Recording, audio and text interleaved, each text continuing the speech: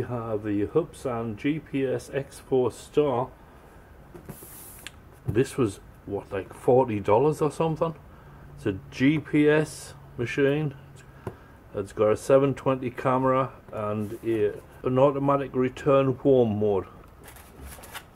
So you can see we've got 4 props there. The quadcopter's here. Boy, it's small, isn't it? I mean, small compared to a lot of them. It's not the mini version, but as you can see, it's got the brush motors here. There. And that's probably for the battery. And of course, that'll be the front where the camera is. And remember, there's a little red cover, you know, there's a plastic cover over that, so if you want to get any kind of decent video, maybe you should take this off, do you think? Okay, then we'll do that. Okay, it doesn't want to come off, so there we go. There we go. Much better. And probably maybe needs to be given a bit clean on that lens, because that thing seems sticky. So as you can see, it's not that big, but it's got the lights on the bottom like your standard quadcopter. SD card must go in this area here, so we'll give it a try. This is, I've never seen inside this box, so this is going to be interesting. What could that be? It's probably, what would it be? Yes, it is. It is the battery charger. That looks kind of unusual. And a screwdriver, which is great for taking the thing to bits. And also it appears to come with extra screws. I don't know if they're extra or you need that in here. They're probably for the propellers, you know, the battery. Now what is what that says? It's a Li LiPo battery, 450 amp hours at 3.33 watt hours, and it's 7.4 volts. So excellent. There you go. And then from here,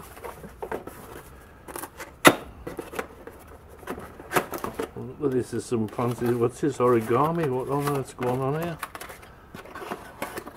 I always find it really interesting, you know, how somebody sits and designs boxes for these things. That's their job, to design a box. Now on here it tells you, it says GPS positioning only works when the GPS signal has no less than 6 satellites. So make sure that you're going to have 6 satellites while you try and fly this thing, otherwise it could result in a flyaway. This feels like perfect, nice, but it's toy. It feels like plastic, you know. I laugh when people go, it feels like good plastic. That plastic is plastic. So, and you can see they return to the center, so that's great. This makes you go up, down, rotate on its axis that way, go forward, back, go sideways, turn, go right sideways, left sideways. Okay, these things here are probably for trim. One direction it starts going right, you press this left trim button, it will bring it, line it up.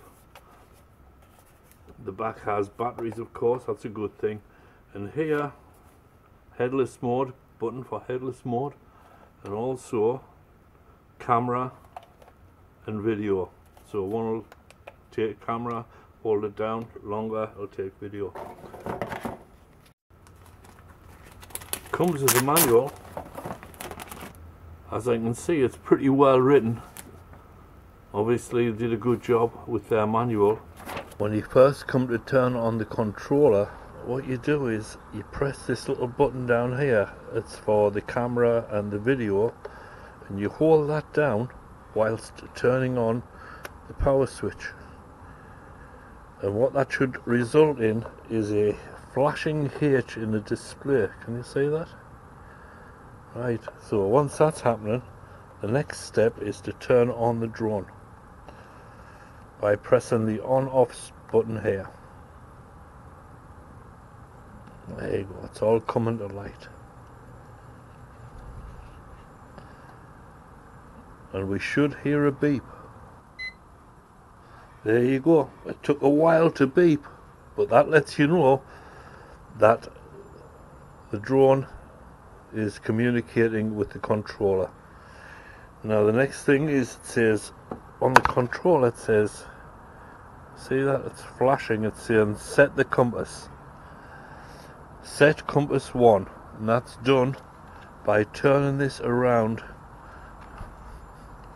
on a horizontal axis.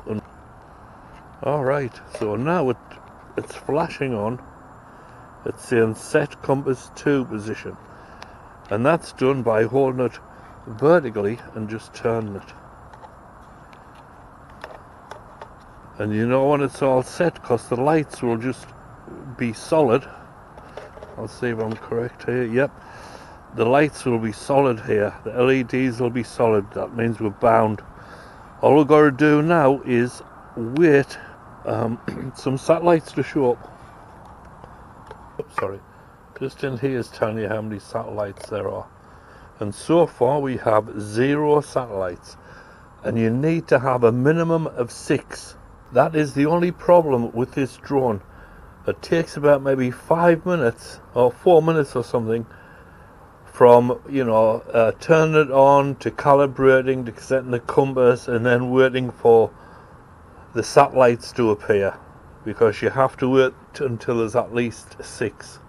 You can load in your SD card right there, which is located on the bottom of this drone. And what we got now, we've got two satellites. Oh, we've gone up to 3. Hang on a minute. Yeah, we got 3 satellites. So if this is just a waiting game, oh, we've got 4 now. I don't know what's going on. Yeah, we got 4 satellites now.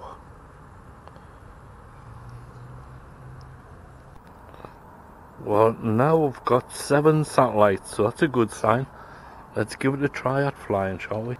Press these down and out like that, and that will get the drone flying. Go on, girl, you can do it.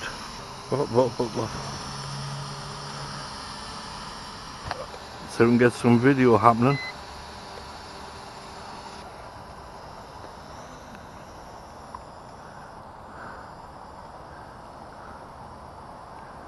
You go any higher?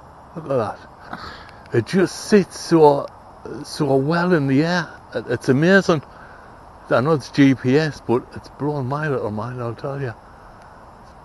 The way it just sits, you turn it and it just goes right, hangs. It's very user friendly, especially for somebody that is not, how do you say, experienced.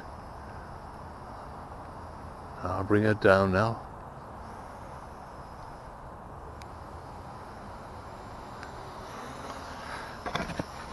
There she is. Come on down. There you go. And then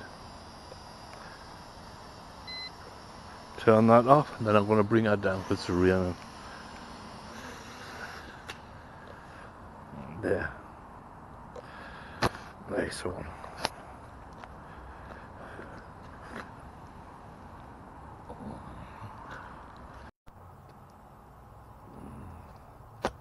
I've flown a lot of drones, and this one seems to be the most responsive, with 7 satellites on it.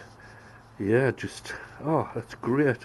I really liked me EOS Enma, but this one, control wise, is a much better situation.